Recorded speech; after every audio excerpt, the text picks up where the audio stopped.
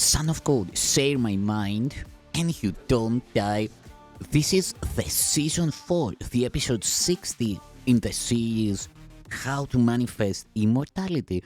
And the name of today's teaching is Are psychic powers desirable? The answer to this question is much like the preceding one.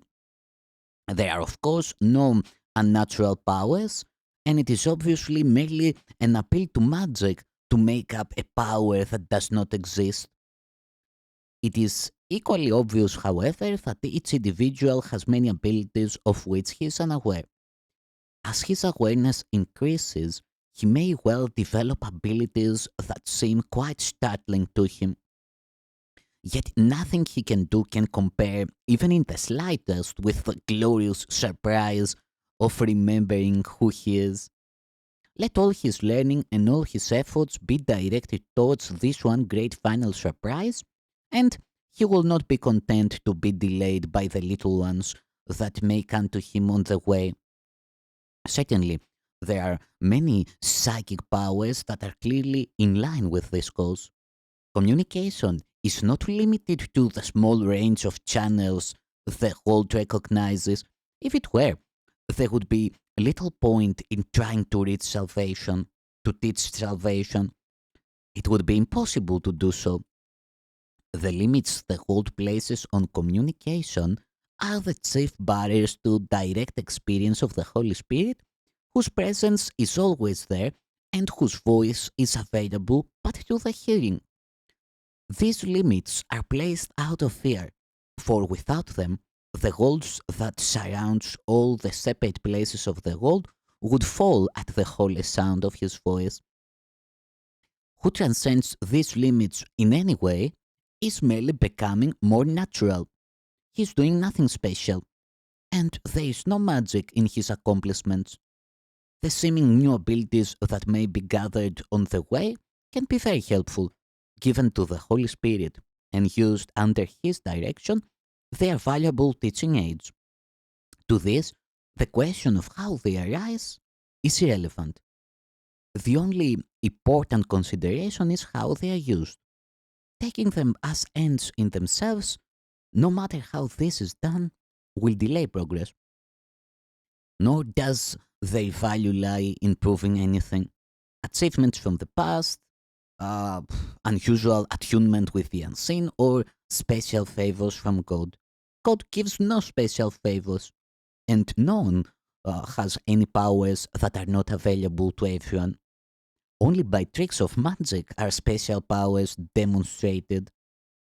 Nothing that is genuine is used to deceive. The Holy Spirit is incapable of deception, and he can use only genuine abilities. What is used for magic is useless to him, but what he uses cannot be used for magic. There is, however, a particular appeal in unusual abilities that can be curiously tempting. Here are strengths which the Holy Spirit wants and needs. Yet, Zago sees in these same strengths an opportunity to glorify itself. Strengths tend to weakness, a tragedy indeed. Yet, what is not given to the Holy Spirit must be given to weakness, for what is withheld from love is given to fear and will be fearful in consequence. Even those who no longer value the material things of the world may still be deceived by psychic powers. As investment has been withdrawn from the world's material gifts, the ego has been seriously threatened. It may still be strong enough to rally under this new temptation to win back strength by guile. Many have not seen through the ego's defenses here, although they are not particularly subtle. Yet, given a remaining wish to be deceived, deception is made easy. Now, the power is no longer a genuine ability and cannot be used dependably. It is almost inevitable that unless the individual changes his mind about his purpose, he will bolster his powers and certainties with increasing deception. Any ability that anyone develops has potentiality for good. To this, there is no exception, and the more unusual and unexpected the power, the greater its potential usefulness. Salvation has need of all abilities, for what the world would destroy, the Holy Spirit would restore. Psychic abilities have been used to call upon the devil, which merely means to strengthen the ego. Yet, here is also a great channel of hope and healing in the Holy Spirit's service. Those who have developed psychic powers have simply let some of the limitations they laid upon their minds be lifted.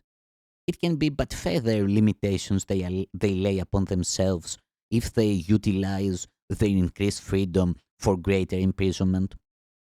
The Holy Spirit needs these gifts, and those who offer them to Him and Him alone go with Christ's gratitude upon their hearts and His holy sight not far behind.